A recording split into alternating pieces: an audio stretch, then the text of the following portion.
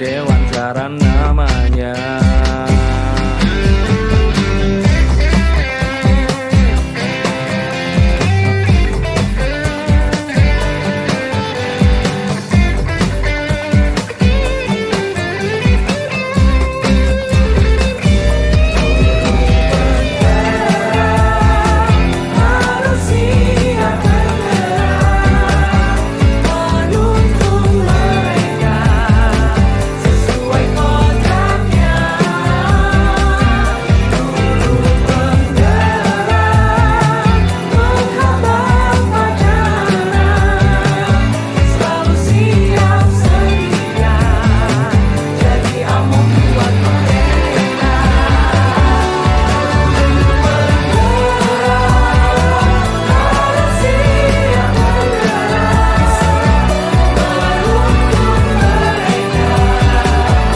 Oke. Assalamualaikum warahmatullahi wabarakatuh.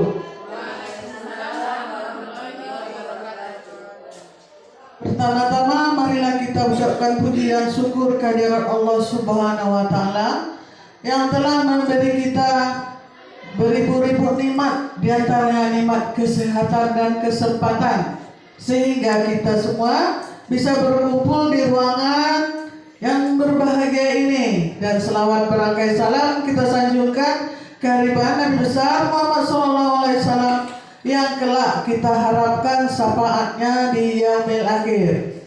Yang saya hormati Ibu Kepala Sekolah yang hadir di SMP 3 Barangkolak dulu, dan saya hormati ibu-ibu pengajar SMP Barangkolak dulu.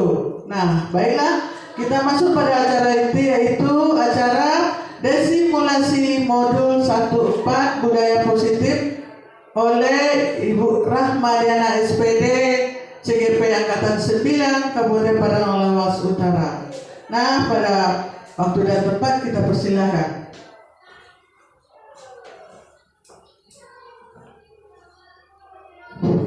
Assalamualaikum warahmatullahi wabarakatuh. Puji dan syukur marilah sama-sama kita panjatkan kehadirat Allah Subhanahu wa taala yang telah memberikan kita nikmat kesehatan, kesempatan sehingga kita dapat berkumpul di sekolah kita yang kita cintai ini. Kemudian salawat dan salam marilah kita hadiahkan ke junjungan kita Nabi besar Muhammad SAW yang sepatutnya kita harapkan di yaumil akhir nanti. Yang saya hormati Ibu Kepala Sekolah, yang saya hormati Dewan Guru SMP Negeri 3 Padang Bolak Julu. Adapun tujuan saya berdiri di sini adalah untuk melakukan diseminasi modul 1.4 budaya positif di SMP Negeri 3 Padang Bolak Julu, di mana tujuannya adalah saya melakukan tugas aksi nyata pada modul 1.4 budaya positif. Jadi saya di sini merasa bersyukur atas kehadiran Ibu Guru yang sudah mau meluangkan waktunya untuk membantu saya dalam tugas CGP Angkatan 9 Kabupaten Padang Lawas Utara.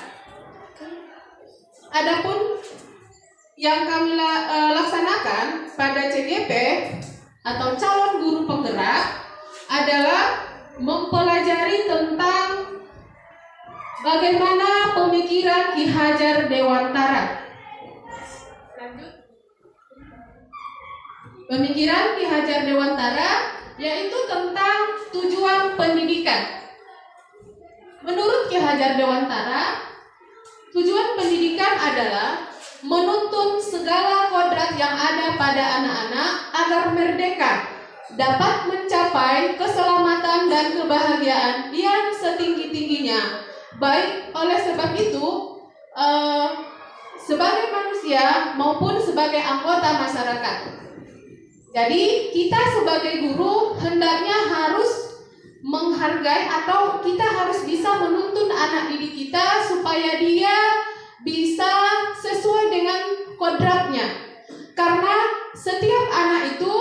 berbeda kodratnya. Contohnya saja, anak-anak kita ini memiliki latar belakang keluarga yang berbeda. Jadi ketika si anak tersebut dibimbing atau dididik orang tuanya, pasti akan berbeda ketika anak kita dididik oleh atau misalkan saja orang tuanya yang guru, akan berbeda dengan orang tua siswa kita yang tidak berpendidikan. Jadi kita sebagai guru harus mengetahui bagaimana profil siswa kita. Salah satunya adalah kita harus menuntun anak kita ini. Menuntunnya bagaimana supaya dia ini bisa mencapai apa yang dia inginkan. Karena setiap anak itu berbeda. Ada yang suka diperhatikan, ada yang harus disanjung-sanjung, dan lain sebagainya. Dan selanjutnya, jadi tugas kita lah sebagai guru untuk berperan menuntut dan menumbuhkan kepemimpinan murid-murid yang memiliki profil pelajar Pancasila melalui pengajaran dan pembiasaan yang disesuaikan dengan kondisi murid maupun situasi sekolah. Jadi kita sebagai guru tidak boleh memaksakan, misalnya contohnya saya di sini sebagai guru bisa dikatakan pengalamannya baru 2 tahun di sekolah ini. Jadi bagaimana cara mendidik siswa di sini tentunya akan berbeda dengan bagaimana cara mendidik di sekolah saya sebelumnya. Harus disesuaikan dan dengan kondisi masyarakat sekitar. Jadi memang kadang kita sebagai guru ini serba salah. Ada KKM yang harus tuntas, tetapi ada juga siswa ini bagaimanapun caranya memang KKM ini tidak tercapai, tidak tuntas. Jadi dalam kurikulum Merdeka ini setelah kami mempelajarinya dalam program guru penggerak, ternyata tentang pencapaian pembelajaran tidak terlalu harus difokuskan. Karena yang terpenting adalah kita harus mengetahui minat siswa tersebut. Misalnya saja ada seorang siswa memang dia suka olahraga. Ada siswa yang suka menyanyi. Jadi bagaimanapun kita paksakan, mata pelajaran kita memang tidak diterimanya. Jadi itulah bagaimana caranya kita sebagai guru menuntun mereka sesuai dengan minat dan bakatnya. Itu yang saya tanggap ya, atau yang saya tangkap ketika saya mempelajari program guru penggerak. Selanjutnya tentang budaya positif. Budaya positif tentunya sudah kita lakukan di sekolah kita ini ya. Adapun pengertian budaya positif yaitu nilai dan kebiasaan yang di sekolah yang berpihak kepada murid agar mereka dapat berkembang menjadi pribadi yang kritis, penuh hormat dan bertanggung jawab sesuai dengan profil pelajar Pancasila. Ini sudah kita laksanakan di sekolah kita. Contohnya dalam kegiatan apel pagi, kita membiasakan anak didik kita supaya melakukan kegiatan-kegiatan sebelum masuk ke kelas.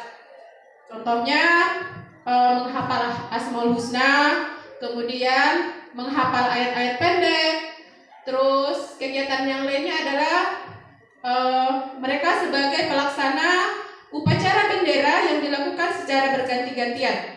Jadi kebiasaan-kebiasaan atau budaya yang positif yang telah dilakukan di sekolah kita, marilah kita tingkatkan lagi. Marilah kita sama-sama untuk berkolaborasi bagaimana caranya biar siswa kita ini bisa kita angkat sampai tingkat kabupaten ataupun tingkat nasional, seperti halnya yang sudah pernah kita lakukan pada sekarang. Siswa kita sudah kelas 8, yaitu Abdullah Mubarok. Alhamdulillah anak kita itu sudah sampai ke tingkat nasional. Dan selanjutnya,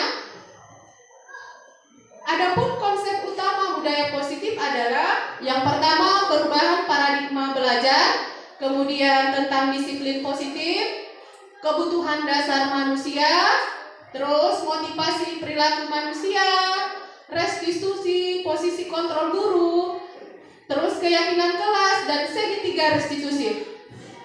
Memang modul 1.4 ini kami pelajari dalam jangka waktu 2 minggu. Jadi inilah tugas kami pada hari ini, bagaimana caranya kami mendefinisikannya selama 1 jam.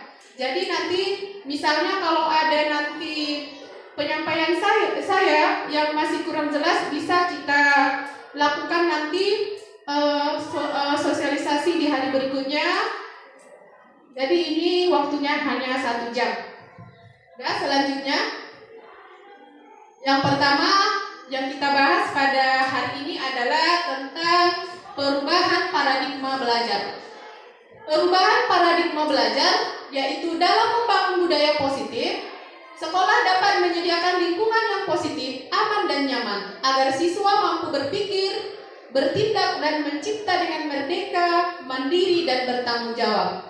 Jadi perubahan paradigma ini, perubahan pemikiran ini, kita sebagai guru, begitu juga dengan fasilitas yang ada di sekolah, semuanya harus mendukung untuk kebutuhan siswa kita, supaya mereka bisa belajar dengan perasaan yang senang. Jangan lagi istilahnya ada anak yang sering tidak masuk sekolah. Mungkin dia merasa tidak senang di sekolah, atau ada mungkin yang membulinya. Itu adalah tugas kita. Bagaimana caranya untuk menciptakan lingkungan sekolah yang menyenangkan. Terus disiplin sangat berkaitan dengan kontrol guru terhadap siswa. Maksudnya di sini, ketika kita melakukan suatu kesepakatan kelas nanti, jadi seorang guru itu harus terus melihat, harus terus melihat apakah kesepakatan kelas itu terlaksana dengan baik. Karena kita sebagai manusia, kalaupun ada peraturan, kalau tidak ada kontrolnya, itu rasa tanggung jawab dan kesadaran itu masih kurang. Hanya mungkin dimiliki oleh beberapa siswa yang memang dari dasar hatinya dia itu memang memiliki kesadaran yang tinggi. Begitu juga kita sebagai guru, Kita aja mungkin guru ada yang kalau mungkin tidak ada peraturan yang keras, dia itu tidak merasa terpanggil atau merasa bertanggung jawab mengikuti peraturan-peraturan yang ada di sekolah. Itu adalah sifat manusia, Selanjutnya, ini ada kegiatan cobalah buka, Cobalah buka. Ini bisa kita praktekkan. Anggaplah ini ada 2 orang, si A dan si B. Anda dan teman Anda. Ini bisa kita praktekkan ini. Kira-kira misalnya kalau ada kertas, kita genggam, Kita genggam sesuatu benda di tangan kita. Kemudian ada kawan kita si B, dia berusaha untuk membujuk kita, menghardik kita, mengancam kita, merayu, menyuap, apa saja yang dia lakukan agar kita bisa membuka kepalan tangan kita. Bagaimanakah sikapmu? Itu tergantung pribadi kita masing-masing. Ada yang memang orangnya mudah dirayu. Ada yang memang dia mudah untuk disuap, Ada yang memang dia benar-benar tidak mau memberitahukan rahasia yang ada di tangan dia. Begitu juga dengan istilahnya, inilah kegiatannya. Begitu juga dengan siswa kita. Ada yang sifatnya harus dirayu, harus dibujuk, ada yang memang harus diancam. Tetapi dalam kurikulum Merdeka, hal-hal yang mengancam, menghardik, menyuap, itu harus kita tinggalkan, Jadi kesimpulannya, dalam kegiatan cobalah buka ini, setiap orang itu memiliki prinsip yang berbeda-beda, Ada yang mudah untuk dirayu, Ada yang mudah untuk memberitahukan apa rahasia. Tapi sebenarnya kalau namanya rahasia kan tentunya kita harus menyembunyikannya dari orang lain, kan? Ada kan Bu rahasia Bapak Ibu yang tidak boleh diketahui oleh orang lain? Iya, apapun caranya, rahasia ini tidak boleh kita buka. Silakan lanjut Bu. Ya, ini adalah teori pilihan atau teori yang dikemukakan oleh seorang dokter Williams ya. Dia mengatakan bahwa ilusi guru mengontrol murid. Sebenarnya ketika kita mengancam siswa kita ya, ketika memang dia melakukan tugas itu sebenarnya dia itu tidak memiliki kesadaran untuk rasa bertanggung jawab. Dia hanya melakukannya karena dikontrol guru saja. Contohnya sering kita lakukan pada piket kita ya, piket guru. Ketika anak tidak disuruh untuk membersihkan halaman, dia tidak mengerjakan tugasnya, padahal itu sudah tugasnya. Itu adalah ilusi guru mengontrol murid. Harus memang kita sebagai guru harus mengontrol murid. Kemudian ada ilusi lagi bahwa kritik dan membuat orang merasa bersalah dapat menguatkan karakter. Contohnya, kalau misalnya ada siswa kita yang terlambat, terlambat siswa ini kita panggil, kenapa terlambat? Begini Bu, katanya kan, datanglah kita sebagai guru. Nggak kasihan kau sama orang tuamu, padahal orang tuamu itu di sawah sudah capek-capek dan malas nyari. Itu adalah cara kita supaya dia merasa bersalah dengan apa yang dia lakukan. Ya, itu contohnya. Kemudian ada ilusi bahwa semua penguatan positif efektif dapat bermanfaat. Ini adalah dengan memberikan penguatan kepada siswa supaya dia tergerak untuk melakukan disiplin, untuk melakukan segala kegiatan yang ada di sekolah. Yang keempat adalah ilusi bahwa orang dewasa memiliki hak untuk memaksa. Kita sebagai orang dewasa, ibaratkan saja kalau di rumah, setiap orang tua ya, contohnya misalnya Ibu Deli katanya nanti si Jaki mau dimasukkan ke sekolah pesantren yang ketat peraturannya. Kita berpikiran kalau ketat peraturannya berarti nanti anakku akan menjadi tumbuh disiplin. Itu kan gara-gara terpaksa karena peraturan. Sebenarnya kalau namanya disiplin itu memang harus mendasar dari diri dia, jangan karena terpaksa. Makanya banyak kasus terjadi ketika si anak yang tamatan pesantren yang benar-benar ketat peraturannya, anak baik-baik, setelah dia kuliah, akhirnya disitulah dia baru melihat bagaimana dunia bebas, ya. Karena tadi bagaimana karakter tadi disiplin yang dia sebutkan tadi itu bukan berasal dari diri dia, ya, hanya karena peraturan, kepatuhan terhadap peraturan. Jadi hal-hal inilah yang harus kita buat, harus kita sampaikan kepada anak-anak kita, bahwa kita tidak boleh memaksa, ya. Memang harus melakukan motivasi yang kuat, memberikan dorongan, memberikan semangat, memberikan contoh tauladan kepada siswa kita supaya mereka bisa meniru, meneladani kita sebagai guru mereka. Selanjutnya tentang materi yang kedua, yaitu disiplin positif. Apa itu makna disiplin? Ternyata disiplin itu berasal dari bahasa Latin, yaitu disiplina, yang artinya belajar. Sedangkan dari asal katanya itu berkonotasi bahwa membuat orang-orang menggali potensinya menuju sebuah tujuan apa yang dia hargai. Sedangkan dalam budaya kita, disiplin itu maknanya adalah menjadi sesuatu yang dilakukan seseorang pada orang lain untuk mendapatkan kepatuhan. Kecenderungan umum adalah menghubungkan kata disiplin dengan ketidaknyamanan, bukan dengan apa yang kita hargai atau pencapaian suatu tujuan mulia. Contohnya, dulu ketika masa corona ya, kita dipaksa untuk memakai masker. Bagaimana perasaan kita ketika kita disuruh memakai masker? Benar-benar tidak nyaman ya, tidak nyaman. Berarti pada saat itu kita melakukan kegiatan itu hanya karena takut ya, kita takut, apalagi di sekolah harus memakai masker. Begitu juga di masyarakat kebeng ya, harus memakai masker. Jadi pemikiran kita di situ bukan untuk menjaga kesehatan, tetapi karena terpaksa. Nanti kalau tidak memakai masker, ketahuan pengawas nanti bisa bisa dinasehati atau bisa dilakukan pemanggilan dan lain sebagainya. Jadi hal-hal seperti inilah yang sebenarnya harus kita hindari, bahwa apapun disiplin yang kita lakukan itu harus berasal dari diri kita. Saya harus disiplin karena guru adalah sosok yang harus menjadi tauladan bagi siswa-siswa kita. Dan selanjutnya,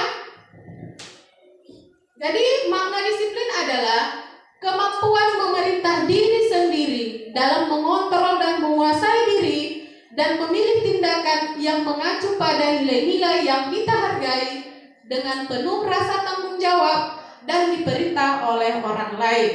Inilah dia, disiplin itu harus berasal dari dalam diri kita. Jadi di sini apa itu nilai-nilai yang kita hargai? Yaitu nilai-nilai kebajikan, nilai-nilai universal. Contohnya tadi itu dia, ketika memakai masker, ketika memakai helm misalnya. Saya jujur saja kalau tidak ada polisi, saya malas memakai helm ya. Berarti tujuan saya memakai helm itu adalah bukan karena untuk menjaga keselamatan, tetapi takut untuk ditilang ya, takut polisi ya. Berarti disiplin yang kita lakukan itu masih belum berasal dari dalam diri kita, tapi karena kontrol orang lain ya. Selanjutnya, nilai-nilai kebajikan universal. Apa sih nilai-nilai kebajikan universal itu? Nilai-nilai kebajikan universal adalah nilai-nilai positif manusia yang merupakan tujuan mulia yang ingin dicapai setiap individu.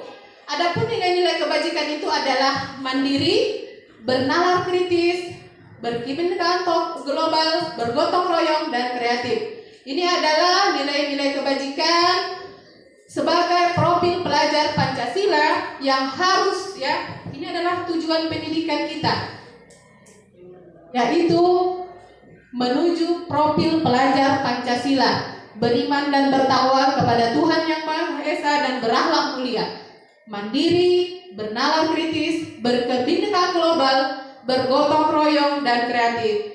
Kalaupun memang kita masih belum melaksanakan kurikulum merdeka, tetapi mau tidak mau, kita sebagai guru harus memiliki kesadaran untuk mau belajar.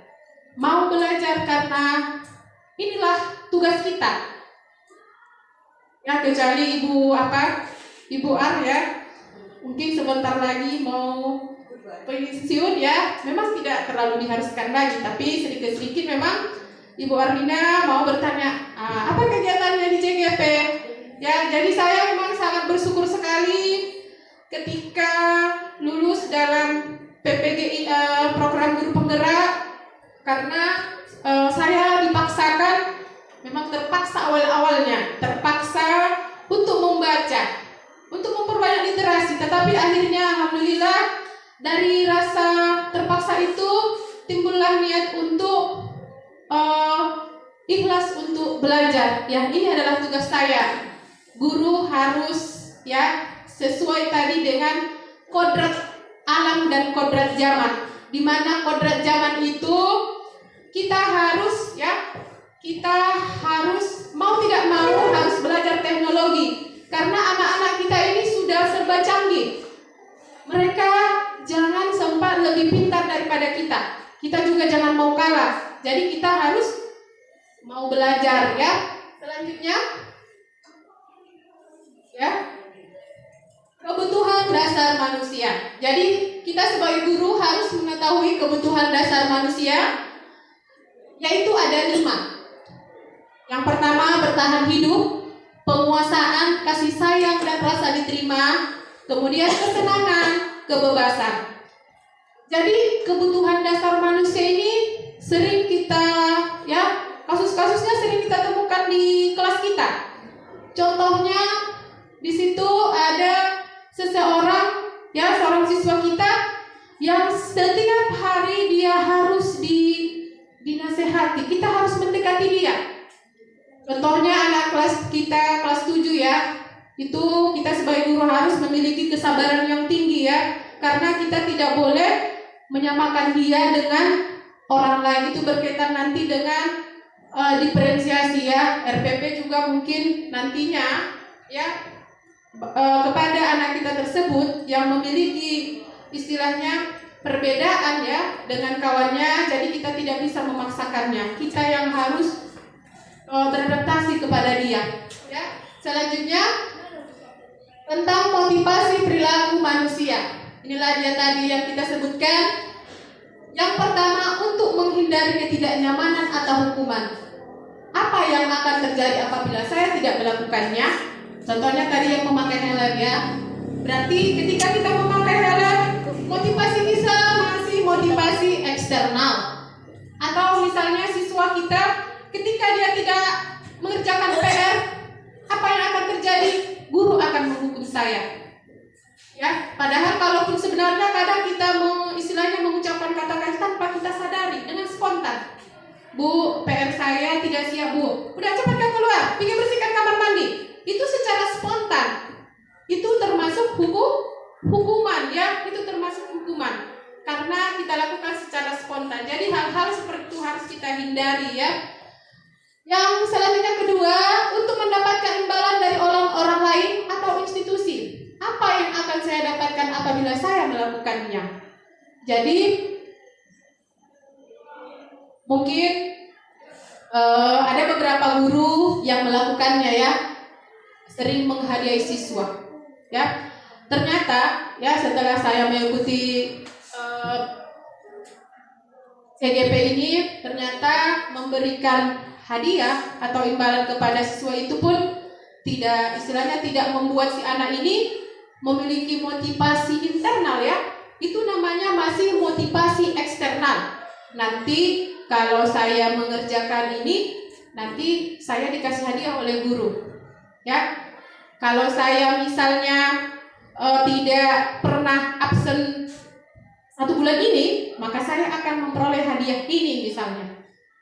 Tetapi sebenarnya menurut teori ini ya, menurut teori motivasi perilaku manusia itu masih motivasi eksternal. Jadi sebenarnya hal-hal itu pun harus kita kurangi ya. Jadi apa yang harus kita lakukan? Kita harus melakukan motivasi internal. Harus berasal dari dalam diri siswa itu motivasinya. Untuk menghargai diri sendiri, saya akan menjadi seperti apa bila saya melakukannya. Jadi kita sebagai guru melakukan motivasi. Kamu harus rajin belajar ya nak, karena nanti kalau kamu rajin belajar, nanti nilaimu bagus. Kalau nilaimu bagus, maka nanti kamu bisa sekolah di sekolah yang kamu inginkan. Ketika nanti kamu di sekolah yang kamu inginkan, sekolah unggulan misalnya, kamu tidak akan ketinggalan pelajaran. Itulah kalau kamu belajar dengan tekun mulai dari sekarang. Jadi motivasi-motivasi yang seperti itu yang sebenarnya yang harus kita berikan. Jangan istilahnya terlalu menyanjung siswa pun sebenarnya itu harus kita kurangi. Karena siswa yang di dekatnya ya, yang berada di kelas tersebut ketika dia tidak tersanjung itu namanya juga istilahnya tidak dihargai ya menurut teori ini. Ya dia saja ya yang disanjung, kami tidak pernah begitu kan? Ya, contohnya seperti itu. Ya, selanjutnya inilah dia tentang perbedaan hukuman dan konsekuensi. Hukuman adalah sesuatu yang menyakitkan yang harus terjadi. Kemudian membuat anak sakit, yaitu baik itu fisik maupun hati, ya dalam jangka waktu lama. Contohnya kita saja sebagai guru sekarang, ketika kita pernah dihukum oleh guru kita mungkin waktu SD, SMP atau ketika kita SMA, ya sampai sekarang itu masih kita ingat, ya itulah dia. Ternyata hukuman itu membuat anak sakit hati dalam jangka waktu yang lama. Jadi dari sekarang marilah kita sama-sama berusaha untuk mengurangi istilahnya hukuman-hukuman yang kita berikan terhadap siswa kita. Selanjutnya, hukuman itu anak membenci kedisiplinan. Ya. Selanjutnya, hukuman itu ternyata memaksa, ya, memang memaksa. Kemudian mendorong anak menyakiti diri sendiri.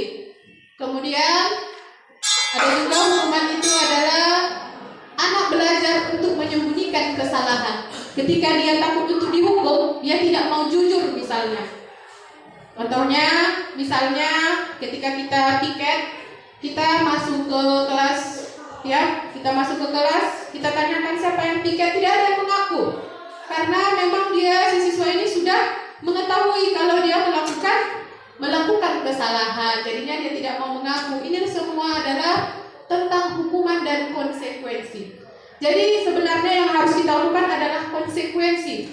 Apa konsekuensi yang terjadi apabila kamu tidak melakukan piket pagi? Itulah nanti yang akan kita pelajari adalah melakukan kesepakatan kelas. Kesepakatan kelas bisa dilaksanakan oleh guru bidang studi dan guru wali kelasnya pada awal belajar, pada awal tahun pelajaran baru. Dan peraturan ini atau kesepakatan kelas ini bisa juga dilaksanakan, ya, ditinjau. Apabila misalnya ada yang istilahnya kurang relevan, itu bisa ditinjau lagi, diperbaiki lagi, ya. Selanjutnya, dengan konsekuensi, anak menghargai disiplin.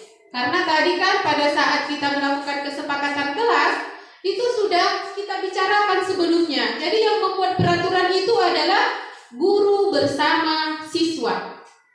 Jadi tidak ada lagi hukuman yang tiba-tiba. Kalau tidak misalnya mengerjakan PR, silakan keluar, bersihkan WC. Tapi sudah ada kesepakatan kelas yang kita buat terlebih dahulu, kita tempelkan itu di dalam kelas kita masing-masing. Alhamdulillah kelas 7 sudah melaksanakannya. Nanti mungkin saya akan berusaha untuk memberikan penjelasan kepada kelas-kelas lain. Begitu juga saya mohon kerjasamanya kepada rekan-rekan guru dan juga wali kelas, karena kesepakatan kelas ini memang lebih baik daripada peraturan yang sebelumnya, karena kesepakatan kelas ini memang benar-benar disepakati dengan siswa, mereka yang mengajukannya. Kemudian itu dimusyawarahkan lagi, disosialisasikan lagi, supaya si anak tersebut mengetahui kalau dia tidak mengerjakan PR, apa konsekuensinya. Kalau terlambat dia misalnya apel pagi, apa konsekuensinya. Jangan kita biasakan misalnya si anak terlambat 5 menit misalnya, udah keluar kau ke halaman, nanti di sana kau 1 jam pelajaran. Itu kan membuat si siswa ini semakin banyak ketinggalan lagi. Kita usahakan bagaimana konsekuensinya. Kalau si anak misalnya terlambat 10 menit, kita buatlah nanti konsekuensinya kesepakatan kelas. Kalau terlambat 10 menit berarti pada saat dia istirahat, dia tidak istirahat selama 10 menit. Kerjanya berarti belajar mandiri. Begitu kira-kira. Ya, selanjutnya inilah tadi perbedaan hukuman sudah. Selanjutnya, mari berlatih hukuman dan konsekuensi. Tadi sudah dipaparkan apa perbedaan hukuman tadi dengan konsekuensi. Mari kita sama-sama menjawabnya. Yang pertama, ada kasus di sini mencatat 100 kali di dalam buku kalimat, saya tidak akan terlambat lagi karena terlambat ke sekolah. Ya, berarti siswa saya tidak akan terlambat lagi karena dia terlambat ke sekolah. Ini apakah dia hukuman atau konsekuensi? Iya, hukuman, ya. Karena tidak ada korelasi antara mencatat 100 kali dengan terlambat. Tidak ada hubungan korelasinya. Ini adalah hukuman, ya. Yang kedua, lari mengelilingi lapangan basket 2 kali karena terlambat hadir di sekolah. Apakah ini hukuman atau konsekuensi? Iya, hukuman, ya. Ya, hukuman. Yang ketiga, murid diminta untuk push up 15 kali karena tidak menggunakan masker ke sekolah. Hukuman atau konsekuensi? Hukuman, ya. Iya, karena tidak ada korelasi antara push up dengan menggunakan masker, ya. Selanjutnya, menggantikan kertas tugas teman yang telah dicoret-coret. Apakah ini hukuman atau konsekuensi? Iya, benar, konsekuensi. Karena ketika ada kertas teman yang dicoret-coret, disuruh guru menggantinya lagi. Itu adalah konsekuensi dia supaya dia bertanggung jawab, gitu ya. Ada hubungannya. Selanjutnya, membersihkan tumpahan air di meja tulis karena tersenggol pada saat belajar. Apakah ini hukuman atau konsekuensi? Iya, konsekuensi. Membersihkan, ya, kita bersihkan karena sudah menumpahkan air. Iya. Jawabannya adalah konsekuensi, ya. Nanti kita lihat apa jawaban kita benar atau salah, ya. Selanjutnya, murid disuruh untuk tidak mengenakan sepatu seharian di sekolah karena tidak mengenakan sepatu hitam. Mungkin dia menggunakan sepatu putih, ya. Apakah ini hukuman atau konsekuensi? Tidak mengenakan sepatu. Konsekuensi, ya, nanti kita lihat, ya, jawabannya benar atau salah, ya. Selanjutnya adalah lari mengelilingi lapangan basket 2 kali karena terlambat 10 menit untuk pelajaran PJOK. Hukuman atau konsekuensi? Iya, Ibu Tiro katanya itu konsekuensi. Ibu Deli hukuman. Ya, mari kita lihat jawabannya. Silakan. Jawabannya adalah konsekuensi. Kenapa lari mengelilingi lapangan itu termasuk konsekuensi? Karena pelajaran PJOK, ya, itu. Kecuali mungkin kalau pelajaran kita, ya, pelajaran IPS misalnya terlambat si anak tersebut bikin lari-lari, itu tidak ada ini, ya, korelasi, ya. Jadinya kalau dia PJOK ada hubungannya, ya. Selanjutnya, berarti alhamdulillah dari materi yang disampaikan sudah ada yang benar semua, ya. Ada tadi yang kurang-kurang ini satu lagi, tapi bisa dikategorikan sudah bisa memahami, alhamdulillah, ya. Selanjutnya materi yang kelima adalah apa itu restitusi, ya. Restitusi adalah proses menciptakan kondisi bagi murid untuk memperbaiki kesalahan mereka sehingga mereka bisa kembali kepada kelompok mereka dengan karakter yang lebih kuat. Restitusi juga merupakan proses kolaboratif yang mengajarkan murid untuk mencari solusi masalah mereka dan membantu murid berpikir tentang seperti apa yang mereka inginkan atau menjadi tujuan mereka. Contohnya, ketika misalnya ada siswa kita yang mengantuk di kelas, ya, yang mengantuk di kelas. Tapi sebelumnya kita sudah melakukan kesepakatan kelas terlebih dahulu, ya. Kita tanya, ya, kita panggillah si siswa tersebut di ruang guru, ya, di ruang guru nanti mungkin pada saat istirahat, ya, jangan ketika saat pembelajaran karena itu bisa memakan waktu, ya, dan merugikan kawan-kawan yang lain. Kita panggillah ini ketika jam istirahat. Kita tanya, oh, kira-kira Nisa, apa kesalahan kamu hari ini? Nah, pasti dia mengaku sendiri. Saya ngantuk, Bu. Kita tanya lagi sebagai guru, kenapa kamu ngantuk, Nang? Oh, iya, Bu, saya tadi malam menonton sinetron, Bu. Oh, berarti kalau misalnya ngantuk di kelas, apakah itu melanggar kesepakatan yang telah kita laksanakan? Itu mengganggu kamu atau tidak? Iya, Bu, saya mengaku, Bu, sudah melanggar kesepakatan kelas kita. Jadi dia mengaku sendiri. Jadi kita tanya lagi, kira-kira bagaimana caranya biar kamu tidak ngantuk lagi di kelas? Kita yang menaik kepada dia untuk mencari solusi. Jangan kita lagi sebagai guru. Dipikirkannya, saya tidak akan menonton sinetron lagi, Bu, kalau malam sekolah. Kalau malam minggu boleh kan, Bu?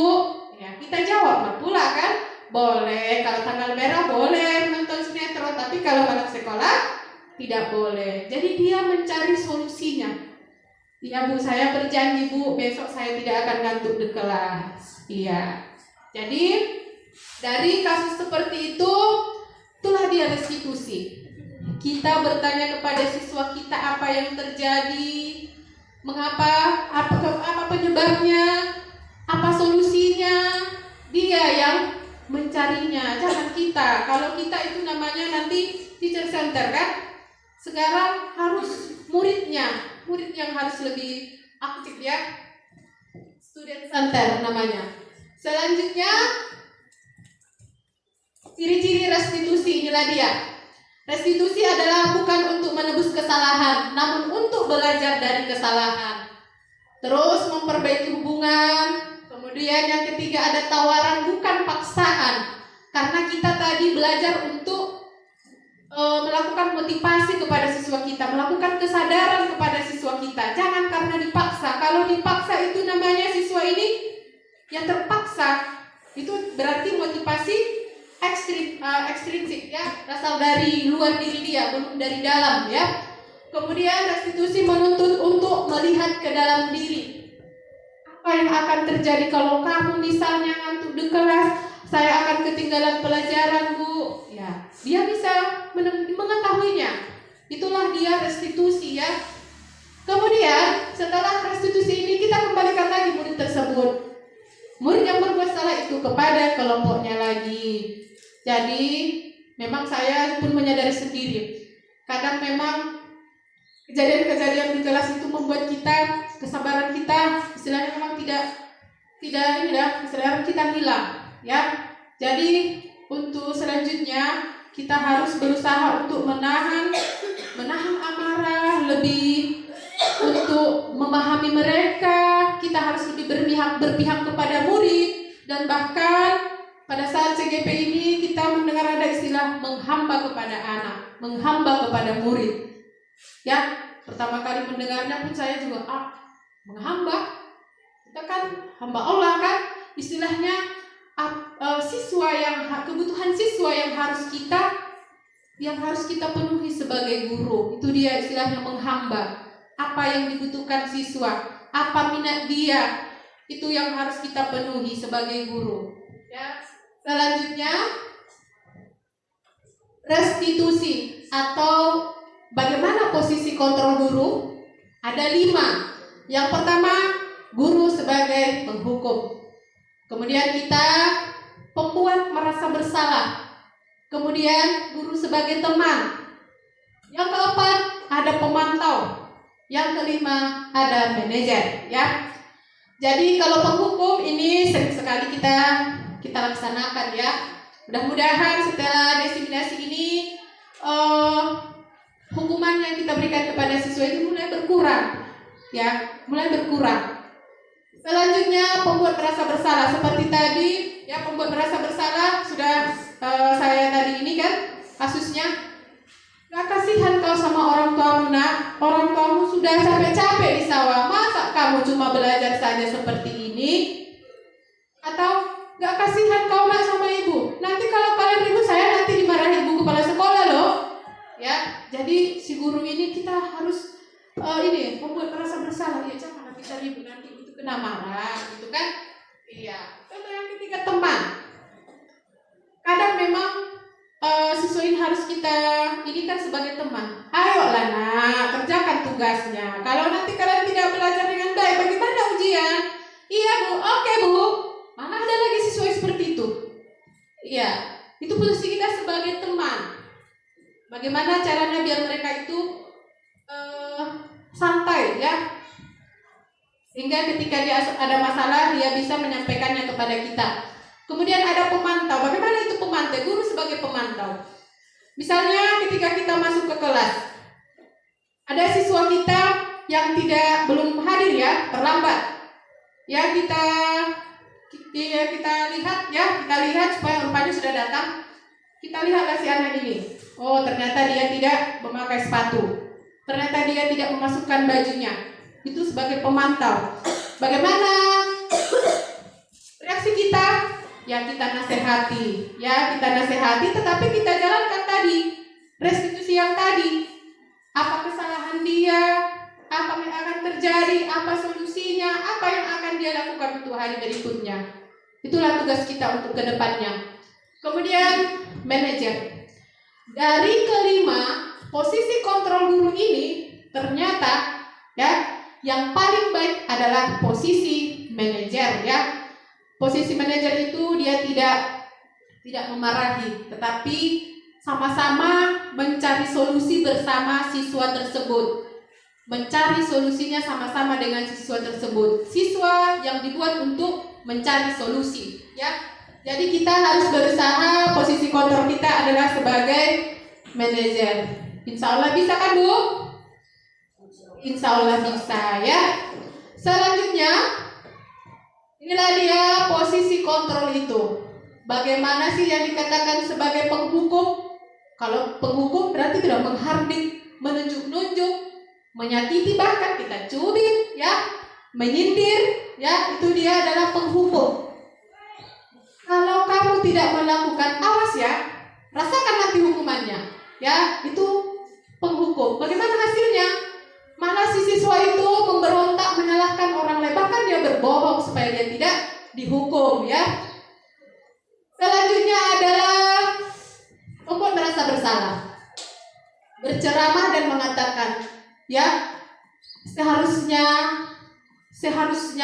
kamu harus begini. Ibu kecewa terhadap kamu. Itu adalah membuat merasa bersalah. Kamu seharusnya, kamu sudah tahu, ibu lelah sekali mengatakannya, ibu stres. Itu adalah membuat rasa bersalah supaya siswa itu merasa kasihan terhadap kita, ya. Selanjutnya adalah sebagai teman, membuatkan alasan-alasan untuk muridnya. Ayolah, lakukanlah demi ibu. Masa kamu tidak mau? Ingat tidak, ibu pernah bantu kan? Iya, jadi kalau pemantau menghitung dan mengukur. Itu kalau pemantau itu penuh dengan kita harus melakukan catatan-catatan, ya. Misalnya siswa ini terlambat, kita catat. Besok lagi, ya, ini kita keluarkan lagi ketika dia melakukan kesalahan. Itulah dia posisi pemantau. Yang kelima adalah manajer tadi ini adalah mengajukan pertanyaan-pertanyaan. Mengajukan pertanyaan, kemudian si siswa sendiri mencari solusinya, ya. Jadi posisi yang paling baik, ya, terbaik adalah posisi manajer, ya. Selanjutnya, inilah dia identitas gagal, itulah dia hukuman. Sedangkan identitas sukses adalah konsekuensi dan restitusi. Ini adalah identitas yang sukses. Inilah yang harus kita laksanakan. Mudah-mudahan kedepannya kita bisa melaksanakannya. Selanjutnya, ini adalah pertanyaan-pertanyaan, ya. Saya kecewa sekali dengan kamu. Berarti itu adalah guru sebagai pembuat orang merasa bersalah. Kamu tidak pernah benar melakukannya. Berarti posisinya adalah guru sebagai penghukum. Ayolah, lakukan demi ibu atau bapak. Itu posisinya sebagai teman. Apakah kamu mau mendapatkan stiker atau bintang hari ini adalah pemantau. Bagaimana kamu bisa menyelesaikan masalah ini? Itu adalah posisi manajer. Sedangkan kamu selalu yang paling terakhir. Kamu selalu yang paling terakhir mengumpulkan tugas. Itu adalah posisinya rupanya adalah sebagai penghukum, menyalahkan, ya. Ya, selanjutnya. Jadi ini adalah pemantau, konsekuensi atau hadiah, ya, adalah merupakan hal-hal yang harus kita ubah. Sedangkan nilai-nilai positif atau sikap kita sebagai guru manajer ini adalah yang harus kita laksanakan, ya. Dan selanjutnya, yang ketiga adalah keyakinan kelas. Ini adalah yang kita buat bersama dengan siswa-siswa kita lakukan pada saat awal tahun ajaran baru. Baik itu dilakukan oleh guru bidang studi maupun oleh wali kelasnya masing-masing. Lanjut. Mengapa tidak peraturan saja? Mengapa harus keyakinan kelas? Karena dari penelitian rupanya peraturan itu istilahnya belum menjadi motivasi intrinsik. Sehingga dibuatlah namanya kesepakatan kelas yang tujuannya adalah membuat kesadaran dari si siswa itu untuk melakukan yang sudah disepakati. Sehingga peraturan-peraturan yang mereka buat sendiri bersama guru, mereka yang menulisnya, mereka yang menempelkannya, nanti kita buat videonya, sudah kami laksanakan di kelas 7, ya. Jadi ini akan mendukung motivasi intrinsik. Jadi kalau keyakinan itu mendukung motivasi intrinsik, kemudian mengembalikan ke nilai-nilai keyakinan utama yang menggerakkan siswa atau seseorang daripada dibandingkan dengan mengikuti serangkaian peraturan-peraturan. Contohnya di situ adalah nilai-nilai keyakinan, itulah dia. Misalnya memakai helm. Memakai helm berarti supaya untuk keselamatan ya, untuk keamanan kita. Itu nilai-nilai keyakinan kita ya, bukan karena kita takut ditilang misalnya. Ya, selanjutnya inilah dia budaya positif. Ketika budaya positif ini kita laksanakan di sekolah kita dengan peraturan kelas, dengan keyakinan kelas, maka terciptalah lingkungan positif di sekolah kita sehingga membuat siswa kita aman, nyaman, dan kita juga guru ya, ketika belajar akan istilahnya menemukan rasa senang begitu. Selanjutnya, yang mana yang merupakan keyakinan kelas? Ya, yang pertama di sini datang tepat waktu mengucapkan salam, ya, kesepakatan kelas, menjaga kebersihan sekolah, ya, kesepakatan kelas. Yang ketiga, berdoa sebelum dan sesudah kegiatan. Kemudian aktif dalam pembelajaran. Ini adalah kesepakatan kelas. Sedangkan ini keyakinan kelas ini ya, yang di sampingnya bukan kesepakatan kelas, ya, saling menyayangi, semangat belajar, saling menghormati, saling peduli. Itu adalah keyakinan.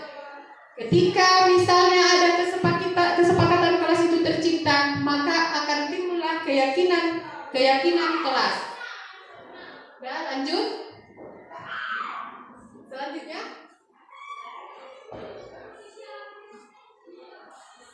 ini adalah contoh kasus ya. Selalu kembalikan buku ke tempatnya. Selalu kembalikan buku ke tempatnya. Keyakinan kelas peraturankah atau keyakinan kelas? Peraturan. Ya, selalu kembalikan buku ke tempatnya. Ini biasanya kan di SD ada di situ pojok literasi ya. Ya, pojok bacaan. Ya, ketika mereka membaca, mereka harus mengembalikannya. Berarti ada kesepakatan kelas yang mereka buat. Selalu mengembalikannya ke tempatnya. Keyakinan kelas kah atau kesepakatan? Kesepakatan. Dilarang mengganggu orang lain. Ya, kesepakatan. Hadir di sekolah 5 menit sebelum pembelajaran dimulai. Kesepakatan. Dilarang melakukan kekerasan. Kesepakatan. Dilarang menggunakan narkoba. Kesepakatan. Bergantian atau menunggu giliran. Menggunakan masker. Kesepakatan. Jangan berlari di kelas atau koridor. Ya, ini adalah kesepakatan kelas yang harus dilaksanakan oleh siswa-siswa kita. Ya. Jadi memang materinya sudah selesai ya. Yang terakhir adalah tentang keyakinan kelas tadi. Jadi marilah kita sama-sama nanti kita usahakan supaya membuat keyakinan kelas kita masing-masing. Ya, mungkin sekian saja yang bisa saya sampaikan. Semoga waktu yang singkat ini bisa memberikan informasi, menambah wawasan kita sebagai guru. Dan nanti ketika kita buat ada sesi pertanyaan, kalau ada yang bertanya, ya. Untuk sesi ini saya cukupkan. Sekian, terima kasih. Assalamualaikum warahmatullahi wabarakatuh.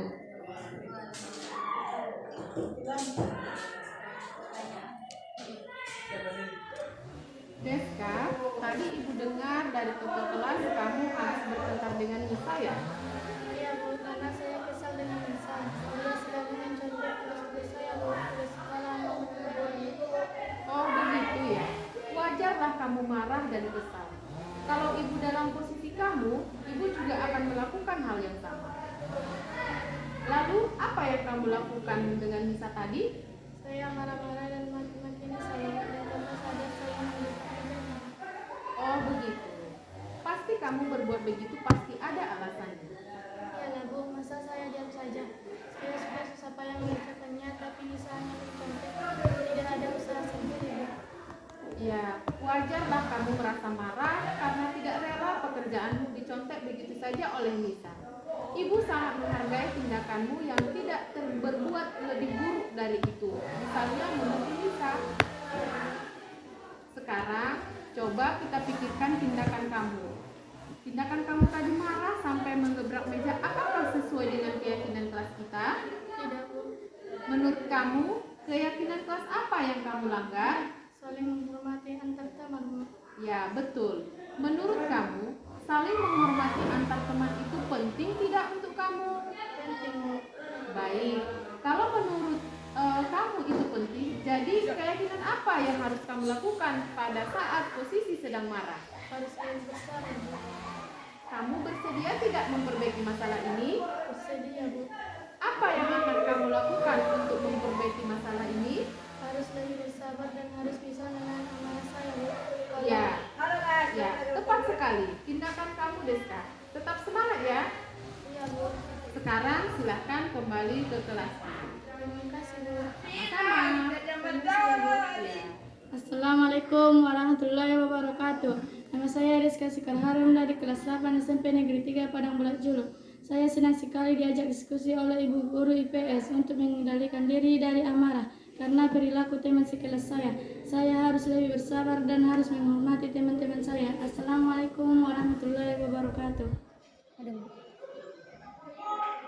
Nisa, tadi Ibu mendengar laporan dari Ibu Piket, katanya kamu sering datang terlambat ya? Iya, Bu. Menurut ingatanmu, sudah berapa kali kamu terlambat? Sudah 5 kali, Bu. Sering terlambat itu suatu kesalahan bukan? Iya, Bu. Baik Nisa, berbuat kesalahan itu manusiawi. Setiap orang pasti pernah berbuat kesalahan.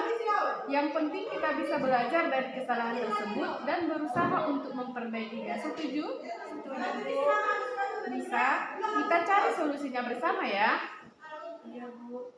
Nisa sering terlambat pasti punya alasan. Kenapa sih Nisa sering datang terlambat? Karena saya menonton TV terlalu lama, Bu, dan main HP, jadi kurang tidur. Kamu tahu keyakinan kelas yang sudah kita sepakati? Tahu, Bu.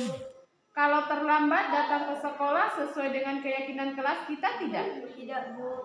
Menurut kamu, keyakinan kelas apa yang kamu langgar? Disiplin, Bu. Menurut kamu, disiplin itu penting tidak untuk kamu? Penting, Bu, karena membuat saya datang ke sekolah tepat waktu dan Betul. bisa menghargai waktu. Ya, betul. Menghargai waktu itu penting dan sangat bermanfaat untuk pekerjaan. Dan ketika kita tidak melanggar waktu, pekerjaan tidak menjadi menumpuk dan kita juga bisa melatih rasa kepedulian. Iya, Bu, saya menyesal sudah sering terlambat. Saya mohon maaf sudah sering datang terlambat. Iya Nisa, sikap yang sangat baik sudah kamu lakukan dengan cara meminta maaf. Menurut kamu, apa yang kamu lakukan agar tidak terlambat lagi ke sekolah? Saya akan tidur lebih cepat dan tidak menonton dan main HP lagi, supaya tidak datang terlambat lagi ke sekolah. Baik Nisa, kamu sudah menemukan solusinya dan ibu akan bekerja sama dengan orang tua kamu agar kamu tidak terlambat datang lagi ke sekolah. Sekarang silahkan kembali ke kelas kamu. Terima kasih, Bu. Sama-sama.